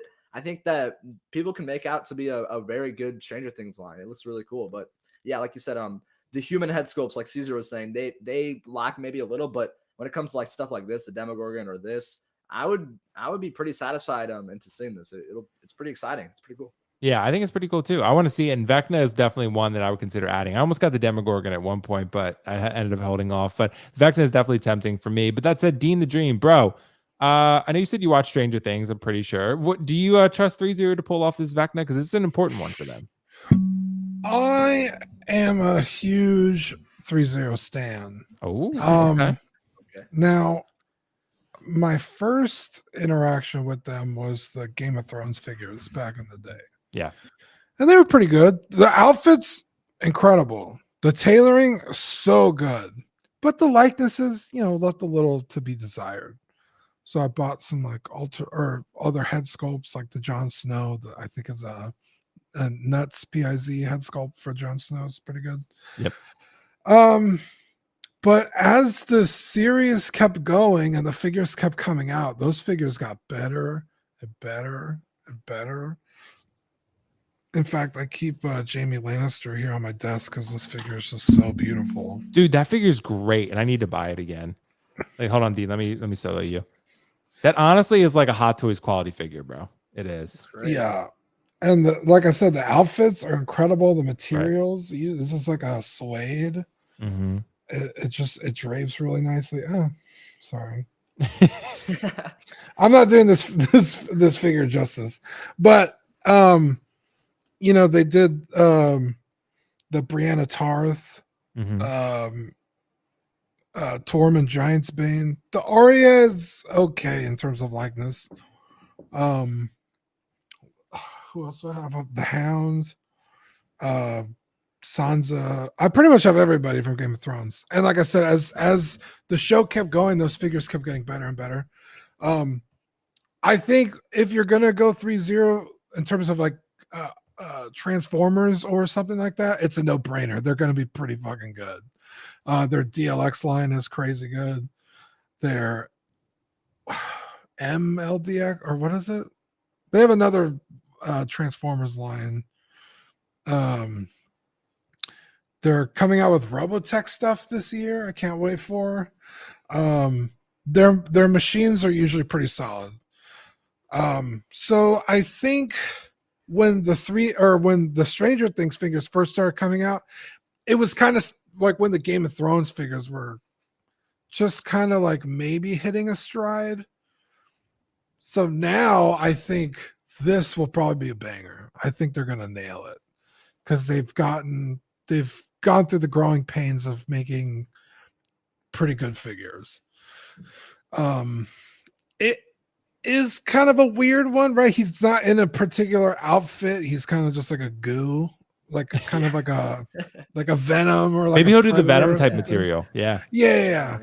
So that could be a challenge they haven't really tackled before, because the Demogorgon is still like relatively kind of like a gangly body, right? But this is like a whole other kind of monster. So it's kind of like Carnage. Yeah, perfect example. Thank you. Carnage, yeah. Good one, Riley. Yeah, so we'll see how they kind of tackle it, because Hot Toys did that one's got articulation, right? Like visible, or is it like a what with Carnage? Yeah, Carnage does have joints. Yeah, he does have visible elbow joints and like legs and stuff, but you can bend the arms and it's fine. Yeah. I mean, it looks like this one will too, right? Where the ass cheek is, and then in the wrist. Yeah, they're showing the booty there. Yeah, you can see the wrist peg for sure. But we'll see. I guess we'll see like kind of like in the chest waist region when this comes out, kind of how they handle it. But yeah, it should be interesting. I'm Vecna's a cool bad guy. So He is, bro. Yeah, he was great. And when the final season comes out in 3 years, I'm excited to watch it. So. Oh my god, it's not that long, is it? It's going to be a while, I think, just because the actor strikes and delays and stuff. So I think it could be like maybe late next year at best, but probably 2025. I think, yeah, is when you're looking at it. So, but the last season was fucking awesome, dude. It popped off near the end there. So I'm excited to see how this ends. But I'm excited. Look, I have the Threezero Drogon. I love it. So yeah, I wish I had that one, dude. Whenever you get rid of it, you let me know first. No, there's like a line. There's like a line of people. Yeah, but you're my brother. Yeah, it's true. But exactly. That's true. You did adopt me. But Kiko wants it. You want it. Everyone. I was like, nah, bro. I'm keeping it because I'm gonna get the InArt. I'll wait for InArt. But the InArt Game of Thrones, I'm gonna get Jamie again too, Dean. I'm gonna get Jamie again. So yeah, yeah. That's the only figure I'm like legitimately disappointed with in my Threezero line is the Daenerys. Yeah. Well, John's pretty good. John's pretty good if you put the Nuts Piz head sculpt on there. Yeah, that's pretty good. I have in fact, he's right here. The season 8 John. Right. In person, it's not as bad, but it's not as good. It's not as good as it should be, but the tailoring is exquisite for sure. I think the tailoring is great, but honestly, I think it's the paint that really lets it down. But like the sculpt is there. Yeah, Jamie's good all around. Like Jamie's good. 100%. Same with Tormund. Jamie, Tormund. You know, there's a couple, and Kiko has a lot of 3-0 Game of Thrones, and I got to see them all. And yeah, some of them, like Sansa doesn't look great. Arya doesn't look great. Tyrion looks great. It's like one of every two looks great. Like Jamie looks great. Tyrion looks great. Cersei not that great. Sansa not that great. Dany, Jorah looks great. So it's just like they hit one out of every two almost. But yeah. So we're gonna see you guys, with Stranger Things lines, and yeah, let us know if you're interested in that figure. That's definitely something we can talk about further. If people want to see more of the Stranger Things line, we can do that. That said, I want to bring up one more topic here. We got time for one more, and I want to bring up the idea. Look, we throw around. I know I do. I throw around the term a lot of grails, right? And I want to discuss the concept of what a grail really means, because I think, to be honest, this is becoming a more subjective definition. I don't think it's one that is across the board.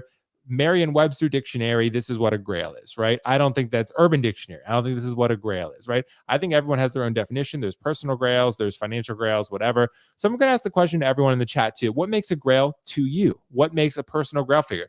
Put your personal grail figure in the chat below. Let us know why it's a grail for you, and then we'll kind of go from there. But that said, Riley, to you, man, I know you love Batman. I know you love Spider-Man. So if we're thinking about, your grail figures, what is going to end up making a figure a grail for you nowadays? What is really the factors? What are the factors that influence a figure to reach grail status? What do you think? Dude, well, first, I love how you have this nice shot of just me holding my chin. Dude, I was prepared. I came ready. I didn't know the ARTISAN Anakin edition size, but I had this ready. Oh, that's true. That's true. You had that. But this is a really interesting question. I like it. So I think that what makes a figure a grail to me, I think it does now more so is the character, like what the character really means to me. Like you said, Spider-Man, Batman's. I mean, I think everyone knows the No Way Home. I mean, I'm literally wearing a No Way Home shirt right now. But yeah, I love that film. I love the characters, and then obviously Tobey Maguire. I can't wait for the new one. It still hasn't come. That'll definitely be one of my grails. But if we're looking at if I'm thinking actual a grail, when I'm thinking of the definition, I'd more so say definitely with value. If something shoots up double in price, like people say, usually that's how it goes. When from the retail price, if it's double that, people consider that to be a grail, for a figure, I'd say. But like you said, it's kind of changed now. It's not really the same. A lot of people just look at characters that they love, that they know a figure is going to be amazing. Like we said, the InArT Batman, that's going to be a grail to me. I know to you, the grail would be a InArT Pennywise. That one's amazing as well. That's true. And yeah, it's kind of cool. We've kind of switched from that, just from obviously looking at value, but just how the character means to you. Like you said, the Batman, this No Way Home line, I'm giving it a cons and stuff because I just love it so much. That's the reason why I'm very nitpicky with this line, but that doesn't mean that I don't look at this and think this is what I've been waiting for since I saw that movie. And dude, 2021, it's crazy. Time flies. It's been so long since this movie came out. But yeah, this shelf right here is a personal grail to me. But if you're looking at an actual grail, I'd say your Dark Side Anakin's. That's a grail to me. I mean, I even have that figure too. That's a grail. That's one of my grails. Yondu, I guess, stuff like that. It's really just skyrocketed in price. It's a very old figure that's kind of hard to find. It's one of those things you have to chase. You know, the Drogons out there, like you got a line of Drogons. Maybe that's a grail to you. Who knows? But Yeah, yeah, exactly. So it's interesting. But overall, I'd say, yeah, like this line right here, these are my grails, because I love the character Spider-Man so much. I love the villains. So that's a personal grail. But yeah, it's kind of interesting how you can interpret it in just different ways. Yeah, it does make sense. For me, Riley, I would say overall, it's something that is highly personal to you, and it's a character that would be, you know, a huge beloved character for you. Like we've always said, like a tier 1 character for you. Those are the type of ones that I think ultimately become grails, because if you don't care as much about the character and it's just an elite level figure, it probably won't be a grail to you. It might become a financial grail like Yondu, or even Darkseid Anakin, if you're not a huge Anakin stan. But if you are, then that figure is a grail to you, right? But, you know, for me, like you said, it's InArT Pennywise, or it's, you know, anything Ghost of Tsushima, or Joel and Ellie, Last of Us, right? Stuff like that, you know, or any maybe Loki, for example. Loki's, for example, are grails to me. So stuff like that you really have a personal connection to. Sephiroth, right? Cloud, as we talked about with Dean. So those are the ones really that have become grails for me. They have a personal sort of impact and nostalgic value to you, so they go beyond just the figure themselves. But Dean, what would you say, what makes a grail for you nowadays? Yeah, so grail, you got to kind of think about what, I know it's going to sound redundant, but what grail means, right? So it comes from like the Holy Grail, right, which is like this unattainable lost relic, one of a kind, kind of, just, you almost can't even imagine yourself with it, right? So in terms of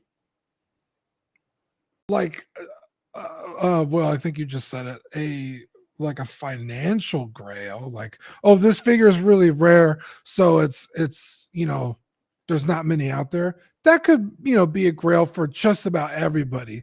But like both of you said, there's also the grail of like, this character means so much to me. It might not mean anything to the next 100 collectors, but to me, this is, I can't imagine my life without this thing in it.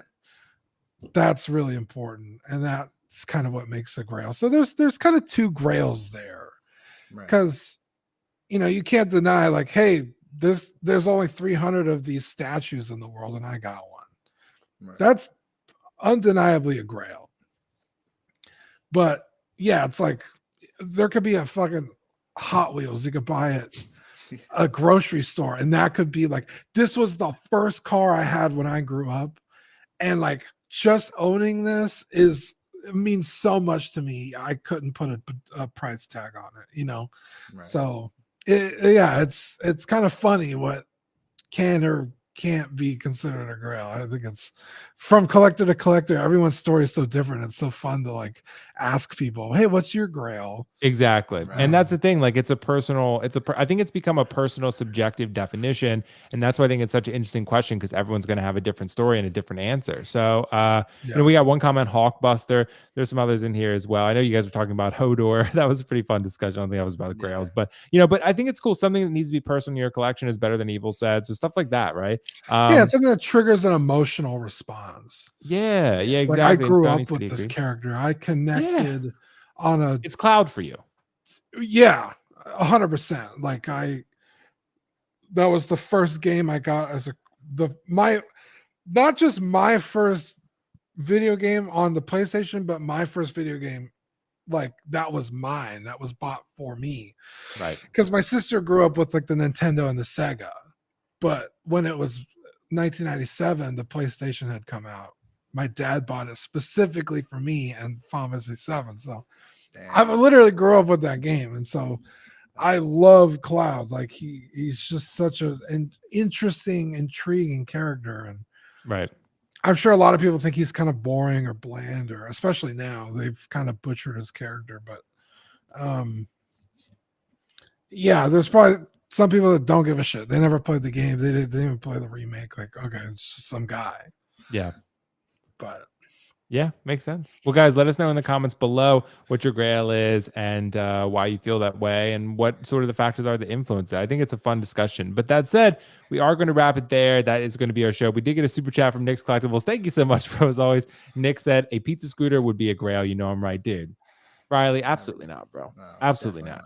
We need to get Nick straight on this one because and it's never going to happen unless I mean, look, after the Starfighter, I don't think Yost is making a pizza scooter. I don't think that's happening. I don't think he's gonna get backers for that. Yeah, I don't think he's gonna need backers. It's like gonna be an $5. edition size of 1. Yeah. Yeah, exactly. So yeah, exactly. So that's what I would say. So Nick, you're probably gonna have to 3D print one yourself and make a custom one. Go for make it. a custom. It's gonna have to happen. But thanks so much, bro, for the super chat, guys. Mr. We are Musashi gets it.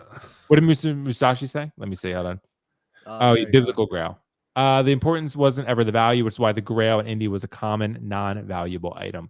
Hey, yeah, well said, dropping knowledge. It reminds me of the joke in Parks and Recreation where Andy's like, what does he say about the Holy Grail? He's like, it's the dusty one. Because it's like, everyone always thinks it's like this golden ornate chalice, and it's not. It's like wooden, like hand carved, kind of ugly.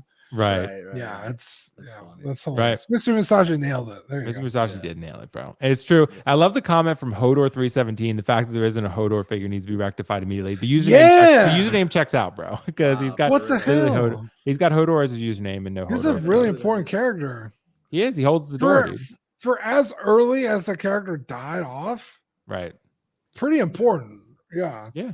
Well, guys, thank you so much for joining our live stream this fine evening. Enjoy the rest of your Friday. But before we do that, Riley, thank you so much for joining, bro. I know you got ladies to tend to, so I appreciate you being here. And I know Dean Riley is up super early, bro. Not really. He stays up late, rather. Yeah. So like he'll message me a lot of times. Like I'll wake up like 5:30 a.m. to do a preview video, and Riley's already got one out because Riley's like just fucking up, dude. And I'm like, I'll see you up. Like one time you posted a video like at like 4 a.m. I was like, what the hell is Will doing up this late, bro? That night. I couldn't sleep that night. So, Kiko, I think, even texted me. He's like, "You're on Riley time right now." I was gonna say, yeah, it was funny. Yeah, it's really funny because Will, you'll message me at like 8 in the morning with the show sheet, and I'm like, "Oh, I haven't even been to bed yet," and it's like, I need to go to sleep if I'm gonna wake up for the show. Dude, exactly. So funny. Yeah, but Riley, dude, I know you just posted a video recently. We were sharing it a second ago. Is there anything you want to talk about with that, or any other video you got planned? Man. That was a really fun video. I basically reviewed the entire just No Way Home line in my collection, and it was really fun to do.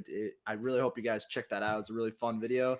Obviously, me loving the No Way Home line, I give my critiques, but I also give my loves for it. So I posted that I think like yesterday, and you guys been showing a lot of support for it, so really do appreciate it. And also been doing the occasional YouTube shorts, Instagram Reels, TikTok. You can follow me all on there. At Riley Reviews and Riley.Reviews, I think, on TikTok. So yeah, I've been posting a lot on TikTok. TikTok's been fun. I'm learning from Kiko. Kiko got me onto TikTok, and it's been doing well. So you've been killing it, bro.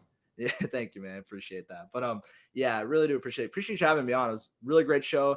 Great topics as always. And if you ever need me back on, I'm Kiko's backup. So as people have been saying, so I'm gonna come back. Wow. Bro. Yeah, exactly. No, you're your own person, Riley. What an honor, dude. What an honor. Man. Thank you. But no, Riley, you're not, bro. I always enjoy having you on. I got to get you on maybe next week. I'm not sure because Natalie wanted to come on. She was like, get Riley on with me. She just loves it. Dude, I know she's always commenting. I want to have like a face-to-face interaction on the screen. So I'm ready. She's super cool. Super cool, bro. Well, thank you so much for joining, bro, guys. Check out Riley's video on the No Way Home line. Great video. And of course, lots of other great content. Riley has that young brain. So he's all about the reels and fucking like trending sound, bro.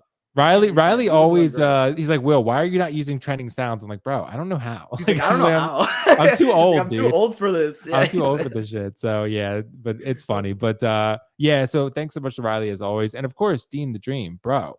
What's going on Collecting Weekly? Because y'all always got some shit in the works. Some great hot fire over there. Super hot fire. Yeah. Tonight we got just another Friday night. I'm not sure what they're talking about today. But yeah, they do pop culture, movies, shows, whatever's kind of popular. Last week was, what was it? I forgot. I'm bad at this. You guys have so much content. It's hard, man. Yeah. So they'll be going live probably in the next hour or two. And then Saturday, I think we're gonna play Aux PD, where we play Grand Theft Auto and do some. Dude, yes, that's funny, dude. It's amazing. Monday we'll do an unboxing. I'm unboxing these. These are some of my grails, actually. Now that we're talking about it, Grails. Okay. The Bandai DX Chigoken VF1J and Super Strike parts. Nice. Okay. Yeah, from the movie Do You Remember Love, Macross. I don't think I've seen that. I love that stuff. And then Tuesday we have the main show, or we talk news and anything else that pops up 6 scale related during the week. And then Wednesday we got After Dark, where we just shoot the shit, talk about our weeks, our lives, our trials and tribulations. So come hang out with us. We have tons of fun. Nice, dude. You guys will check out Collecting Weekly. It sounds great. I will say I have not seen that movie you just mentioned, Dean, but I did watch Crazy Rich Asians with Kiko and his wife. And it was actually pretty good. It was actually pretty good. Heard of that. That seems kind of racial. No. Dude, no, it's a good movie. Like, yeah, it's a great movie, but this is anime. That's that is not at all what I meant. But I'll accept my defeat on that one. But check out Crazy Rich Asians. Good movie. Yeah, that's a fantastic movie. It made Kiko and Amy cry. So wait, yeah, Will, what's up? Or Dean as well, if you have. But have you guys played Spider-Man 2? The new dude, I've been playing it. I'm like 3 hours in. I'm gonna play it tonight. Yeah, I'm like 3 hours in. Bro. I've been stuck on it, man. I can't get off it. Yeah, I know. Kiko really loved it too. I think he finished it. But since I was there, I didn't play any for the last like 3 or 4 days. But I've been playing it. Yeah, I don't want to throw any spoilers out, but we'll talk after we end the show. But I'm at a decently far point. Like I said, 3 or 4 hours in, so I'm doing pretty good. Dude. But I'm enjoying it so far. I'm excited. I'm getting those Miles and Peter figures. It's gonna be pretty cool. Yes, and of course, Venom. 21 inches of Venom. So. Oh yeah. I know, Dean. That Venom. Is I'm still playing Elden Ring, so. Oh, really? Elden Ring, dude, Dean loves Elden Ring, bro. Dean loves Elden Ring. It's the best game ever made. My friends rage playing those games. It's fucking frustrating and very annoying, but it's so good. Exactly. I don't know, Dean. That seems kind of racial, dude. So, I don't know. Anyway, guys, thank you so much for joining. Have a good rest of your weekend. Thank you so much. Peace out. See you later. Bye.